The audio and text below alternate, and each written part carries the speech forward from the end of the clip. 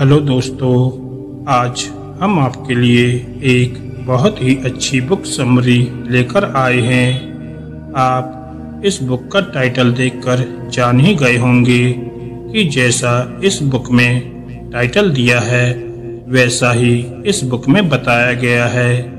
ये बुक हमें एक अच्छी और खुशहाल जीवन के बारे में बताती है कि कैसे हम सभी खुशियों को हासिल कर सकते हैं और एक अच्छा जीवन यापन कर सकते हैं। आपके लिए सबसे जरूरी क्या है, आप किस लक्ष्य को प्राप्त करना चाहते हो।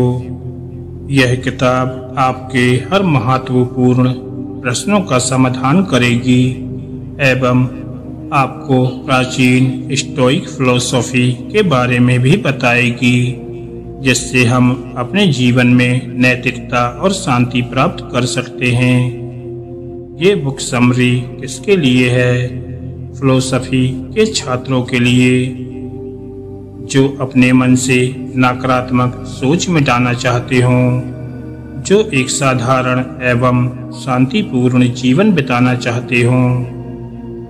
लेखक के बारे में William B Irvine Dayton Ohio के राइट स्टेट विश्वविद्यालय के अध्यापक हैं। ये on desire, why we want what we want and a slap in the face, why insults hurt and why they shouldn't के लेखक हैं। ये सब आपको क्यों पढ़ना चाहिए? क्या आपको किसी लाइन में खड़े होने पर बड़ा गुस्सा आता है? क्या आपको अन्य लोगों के धीरे धीरे काम करने पर क्रोध आता है और इस प्रकार आप एक बुरी मानसिक स्थिति में पहुंच जाते हैं? ऐसे में आप खुद पर कैसे संयम रख सकते हैं? प्राचीन काल ग्रीस के फिलोसोफर को आजकल स्टोइकवादी के नाम से जाना जाता है। इनका जीवन अत्यंत साधारण होता है। इनका मन हमेशा प्रसन्न रहता है। ऐसा जीवन पाना आसान नहीं होता, मगर यहाँ दिए गए कुछ सबक से हम अपने जीवन को और बेहतर बना सकते हैं। स्टोइकवाद प्राचीन ग्रीस अथवा यूनानी विचारधारा पर आधारित है। उस समय में फिलॉसफी अर्थात आत्मज्ञान को शिक्षा के क्षेत्र में सबसे प्रधान समझा जाता था। द स्टोइक स्कूल वहाँ का एक प्रसिद्ध शिक्षा केंद्र है जहाँ स्टोइकवाद का प्रशिक्षण दिया जाता है। फिलॉसफी हमारा मार्गदर्शन करती है। यह हमें अपने लक्ष्य को प्राप्त करने में सहयोग करती है। आजकल के समय में लक्ष्य प्राप्ति बहुत कठिन है क्योंकि हर जगह आकर्षण के साधन मौजूद हैं। ऐसे हालातों में मनुष्य का मन काफी व्याकुल रहता है। स्टोइकवाद हमें धैर्य एवं संयम सीखने में मदद करता है। स्टोइकवाद हमें संत अथवा भौतिकवादी बनने के लिए नहीं कहता। यह हमें बीच का मार्ग चुनने को कहता है, जहां हमें मन की शांति एवं खुशी पाने के लिए किसी वस्तु या किसी अन्य मनुष्य पर निर्भर नहीं रहना पड़े। स्टोइकवाद के दो केंद्रीय लक्ष्य हैं, नैतिकता और शांति। सभी मनुष्य के जीवन में लक्ष्य बेहद जरूरी होता है, मगर स्टोइकवादी लोग नैतिकता और शांति को प्राथमिकता देते हैं। नैतिकता हमें सबके साथ प्रेम, सम्मान एवं सहानुभूति के साथ जीना सिखाती है। यह हमें बताती है कि हमारे काम से केवल हमारा ही नहीं पूरे समाज का फायदा होना चाहिए। शांति दूसरा लक्ष्य शांति। यह हमें बताती है कि किस प्रकार मन से सभी नकारात्मक एवं खराब सोच हटा देने से हम संपूर्ण रूप से खुश रह सकते हैं। अपने मस्तिष्क को शांत रखने के लिए हमें हमेशा सकारात्मक सोच रखनी चाहिए। साथ ही सभी के प्रति सद्भावना रखनी चाहिए। नैतिकता एवं शांति एक दूसरे पर परस्पर निर्भर करते हैं। नैतिकता प्राप्त करने के लिए मनुष्य को बुद्धि का प्रयोग करना पड़ता है और इसी से शांति भी प्राप्त होती है। शांति प्राप्त करने से हमें एक सुखमय जीवन मिलता है एवं साथ ही अपनी भावनाओं पर नियंत्रण करने की शक्ति भी मिलती है। अपने लालच पर नियंत्रण पाने के लिए हमें संतुष्ट रहने की आवश्यकता होती है। मनुष्य चाहे जितना भी शिक्षित या प्रतिष्ठित क्यों ना हो जाए, उसमें कोई ना कोई दोष रहता ही है। ज्यादातर लोगों को अपने लालच पर नियंत्रण करना ही नहीं आता। मनोवैज्ञानिक सैन फ्रेडरिक एवं जॉर्ज लोवेस्टिन ने इस व्यवहार को हेडोनिक एडाप्टेशन का नाम दिया है। यह एक मानसिक अक्षमता है जिसमें मनुष्य किसी भी सुंदर वस्तु से आकर्षित हो जाता है और उसे पाना चाहता है, पर कुछ ही दिनों में उसका मन उससे ऊब जाता है। उदाहरण के तौर पर बड़ी कोई रंगीन टीवी या कोई विदेशी हैंडबैग देखकर हमें उसको पाने की चाह उठती है, पर खरीदने के कुछ दिन बाद ही वह वस्तु उतनी प्रिय नहीं रहती और हमारा मन उससे ऊब जाता है। फिर हमारा मन कोई अन्य चीज को देखकर आकर्षित हो जाता है। इस तरह मनुष्य का मन एक दुष्चक्र में घूमता रहता है और वो सदा ही असंतुष्ट रहता है। पर हम किस प्रकार इस चक्र से निकल सकते हैं? स्टोइकवादी हमें बताते हैं कि हमारे पास जो भी चीज है हमें उसी में संतुष्ट रहना चाहिए।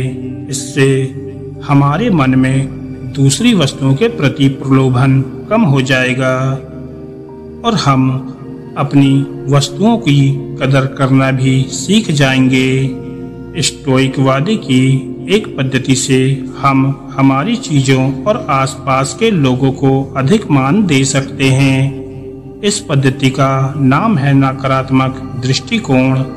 इस पद्धति से हमें समझाया जाता है कि अगर हमारी कोई प्यारी वस्तु या कोई प्रिय परिजन अचानक गायब हो जाए तब हम कितने दुखी हो जाएंगे, और जब फिर वह वस्तु या मनुष्य वापस आ जाए तो हम कितने खुश हो जाएंगे। नकारात्मक दृष्टिकोण सिखाता है कि किस प्रकार किसी अभाव में जीने के बाद कोई चीज मिल जाने से उसकी खुशी और अधिक बढ़ जाती है। मुश्किल हालातों में रहकर हम अपने आसपास के लोगों और अपनी चीजों को ज्यादा सराह सकते हैं। हमने पिछले सबक से जो सीखा यह पद्धति उसी का एक विस्तृत भाग है। इस अभ्यास में जो मनुष्य या वस्तु हमें अत्यंत प्रिय होती है हमें उसे त्याग देना होता है और हमें अपनी प्रतिक्रिया पर पूर्ण रूप से संयम रखना पड़ता है। यह अभ्यास प्रसिद्ध रोमन स्टोइकवादी सेनेका के लेख टू प्रैक्टिस पॉवर्टी पर आधारित है। इस अभ्यास में किसी स्टोइकवादी को ज्यादा दुख नहीं पहुंचता क्योंकि उसका मन मुश्किल हालात में भी खुश रह सकता है। इस अभ्यास से हम और ज्यादा सशक्त बनते हैं। जब हमारे पास कोई वस्तु नहीं रहेगी तब खुद को काबू में रख सकेंगे, और जब वह वस्तु साथ रहेगी तब उसको बहुमूल्य समझेंगे। उदाहरण के तौर पर सोचिए, हमारे पास कार और बाइक दोनों हैं और कुछ दिनों तक हम खाली बाइक चलाते रहें। फिर कुछ दिनों बाद जब हम कार में सफर करेंगे तब हमें बहुत आराम महसूस होगा और हम कार के रहने पर शुक्रगुजार होंगे। इस प्रकार जब हम किसी भी वस्तु या व्यक्ति का कुछ दिनों के लिए संपूर्ण त्याग या उपभोग करना छोड़ देंगे, एक तो हमें अपनी इच्छाओं पर नियंत्रण मिलने लगेगा, दूसरा हमारे लिए उस वस्तु या व्यक्ति के होने का मूल्य बहुत ज्यादा बढ़ जाएगा। हमारी इच्छा शक्ति और ज्यादा मजबूत बनेगी जिससे हम अपने जीवन में और बेहतर निर्णय ले सकेंगे। जिस चीज को हम बदल ना पाएं उसके प्रति अपना रवैया ही बदल डालें।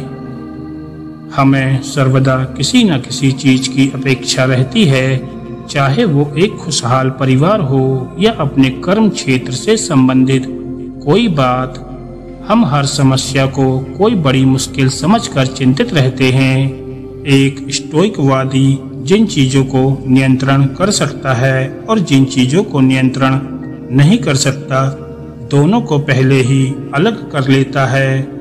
वह जो चीज प्राप्त ना कर पाए उसकी अपेक्षा त्याग देता है और फिर अपना पूरा ध्यान जो चीज संभव है उस पर केंद्रित कर देता है। इस तरह हम खुद पर और हमारे लक्ष्य पर नियंत्रण करना सीख जाते हैं। इससे हमारा व्यक्तित्व निखरता है और हमारे मन में नैतिकता एवं सद्भावना जागती है। उदाहरण के लिए किसी खेल में जीत या हार खिलाड़ी के हाथ में नहीं होता। ऐसे में बेहतर है कि कोई अपेक्षा ही ना रखें, जिससे कि हार से हमें अत्यंत दुख ना पहुँचे और हम पूरा ध्यान खेल में दे सकें। इससे खेल में जीत की संभावना और बढ़ जाती है। दूसरों पर गुस्सा करना या दूसरों की राय पर निर्भर होना व्यर्थ है। सभी मनुष्यों को दुख पहुंचता है जब कोई उन्हें भला बुरा कहता है, पर स्टोइकवादी लोग इसे दूसरे नजरिए से देखते हैं। उनका मानना है कि दूसरों के कारण हमें अपने मन में अशांति नहीं पैदा करनी चाहिए, और कुछ स्वार्थी और अप्रिय लोगों के साथ काम करना अत्यंत कठिन होता है। ऐसे में हमें क्या करना चाहिए? अपने आप को सहनशील बनाने के लिए हमें यह सोचना चाहिए कि प्रत्येक मनुष्य में कुछ दोष या अवगुण रहता ही है। इसलिए हमें प्रत्येक मनुष्य को समझने की कोशिश करनी चाहिए। इससे हमारे मन में सभी के प्रति सद्भावना पैदा होगी और हम सहनशीलता सीख पाएंगे। साथ ही प्रत्येक मनुष्य अलग अलग तरह से सोचता है। हम चाहे जितनी भी कोशिश कर लें, दूसरे लोग हमारे काम में नुक्स निकालने में लगे रहते हैं। लोगों को दूसरों की निंदा करने में बड़ा मजा आता है। ऐसे में बेहतर यह है कि हमें अपने काम में दूसरों के मत पर निर्भर नहीं रहना चाहिए। दूसरों की राय पर जीने से हम उन्हें हमारे फैसले लेने की शक्ति दे देते हैं, जो बिल्कुल गलत है, और इससे हमें ही चोट पहुंचती है। अतः यह जरूरी है कि हम अपनी सोच समझ का प्रयोग करें और दूसरों की देखा देखी या दूसरों की राय पर निर्भर न हों। दौलत के लालच से खुद को दूर रखें। ज्यादातर देखा जाता है कि मनुष्य दौलत को खुशी पाने का माध्यम समझ बैठता है, पर स्टोइकवादी लोगों का मानना है कि वास्तव में हमारी खुशी हमारी मानसिक स्थिति पर निर्भर करती है, न कि दौलत पर। स्टोइकवादी फिलोसोफर मुसोनियस का कहना है, दौलत मनुष्य को और ज्यादा लोभी एवं दुखी बना देती है। दौलत शोहरत का मोह कभी खत्म नहीं होता और वह मनुष्य को पूरी तरह कैद कर लेता है। इसकी चर्चा हमने पहले ही की है। इस मानसिक स्थिति को हेडोनिक एडॉप्शन का नाम दिया गया है। उदाहरण के लिए बचपन में हम किसी टॉफी से संतुष्ट हो जाते थे, पर जैसे जैसे हम बड़े होते गए हमें महंगे होटलों में खाना और विदेशी खाना पसंद आता गया। इसी प्रकार हमारा मन बड़ी बड़ी चीजों के पीछे भागता रहता है और कभी खुश नहीं रह पाता। पर स्टोइकवादी साधारण रूप से जीवन यापन करते हैं। वो अपने सेहत का सोचकर नुकसानदायक चीजें सेवन नहीं करते, और शायद भूख लगने पर एक सेब उठाकर खा लें और उसी में अत्यंत खुश रहें। इसी प्रकार हमारे लिए जरूरी है कि हम भौतिकवादी सोच त्याग कर साधारण रूप से जीवन में खुश रहना सीखें। स्टोइकवाद हमें बुढ़ापे और दुख दर्द से लड़ना सिखाता है। जब कभी भी हम मौत के बारे में सोचते हैं, हम सिहर उठते हैं। ऐसी परिस्थिति में क्या किया जाए? स्टोइकवादी लोगों का मानना है, हमारा जीवन अनमोल है, इसे व्यर्थ की चिंता या दुख में बर्बाद ना करें। मृत्यु एक अटूट सत्य है। समझदारी यह है कि हम इसे स्वीकार कर लें। किसी अपने को खोने का दर्द सभी को होता है। इससे बेहतर है कि जो व्यक्ति जीवित है हमें उन्हें सम्मान देना चाहिए और उनका ख्याल रखना चाहिए, ताकि उनके मरने पर हमें किसी बात का अफसोस ना हो और हम उन अच्छे लम्हों को याद करके खुश रह पाएं। हमें यह भी सोचना चाहिए कि अगर वह व्यक्ति आज जिंदा रहता, क्या हमारे दुख को देखकर वो खुश होता। यह सोचने से हमारी पीड़ा थोड़ी कम हो जाएगी। हम अपनी जवानी व्यर्थ चिंता में गंवा देते हैं और बुढ़ापा मरने के भय से। यह जीवन काटने का सही तरीका नहीं है। हमें हर दिन सकारात्मक सोच और नए जोश के साथ अपना काम करना चाहिए। साथ ही हमें प्रत्येक मनुष्य के लिए प्रेम और भाईचारा रखना चाहिए। हमें हर दिन कुछ नया करने की कोशिश करना चाहिए। स्टोइकवाद हमारा जीवन बदल डालेगा। सिर्फ हमें संयम रखने की जरूरत है। यह हमें दो चीज सिखाता है। पहला, हमें क्या करना चाहिए और दूसरा, कैसे करना चाहिए। जीवन के सही मार्ग पर चलने के लिए हमें क्या करना चाहिए, ये जानना बहुत जरूरी है। स्टोइकवाद हमें सही निर्णय लेना सिखाता है। हमें अपनी भावनाओं और इच्छाओं पर नियंत्रण करना सिखाता है।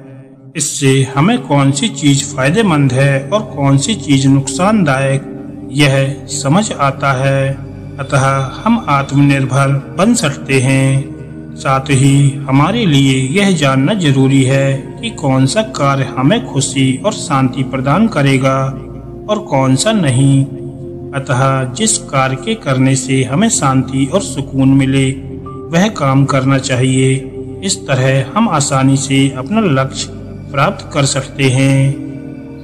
वैसे तो ये सब देखने में बड़ा आसान लगता है, पर ऐसा दृष्टिकोण पाने के लिए समय और लगातार नियमित अभ्यास की जरूरत होती है। अतः धैर्य और संयम की विशेष आवश्यकता रहती है। अंत में स्टोइकवाद हमें नैतिकता और शांति के मार्ग पर चलना सिखाता है। यह हमें मुश्किल हालातों से लड़ना सिखाता है। हमें जीवन में संतुष्ट रहना चाहिए और सभी मनुष्य के प्रति प्रेम और सम्मान रखना चाहिए। हमेशा सकारात्मक सोच रखनी चाहिए एवं अपनी भावनाओं पर नियंत्रण रखना चाहिए।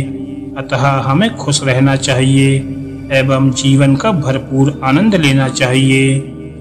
हमें खुश रहना चाहिए और उन चीजों से जो हमारे पास है, न कि उन चीजों के लिए दुखी होना चाहिए जो हमारे पास अभी नहीं है।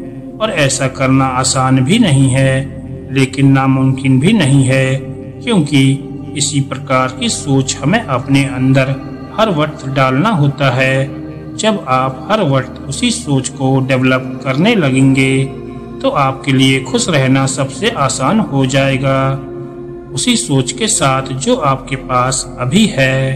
दोस्तों, आपको a guide to the good life book summary कैसी लगी हमें कमेंट करके जरूर बताएं। और ऐसी ही बुक समरी को सुनने के लिए हमारे चैनल को सब्सक्राइब करें और अपने दोस्तों के साथ इस बुक समरी को जरूर शेयर करें। धन्यवाद दोस्तों।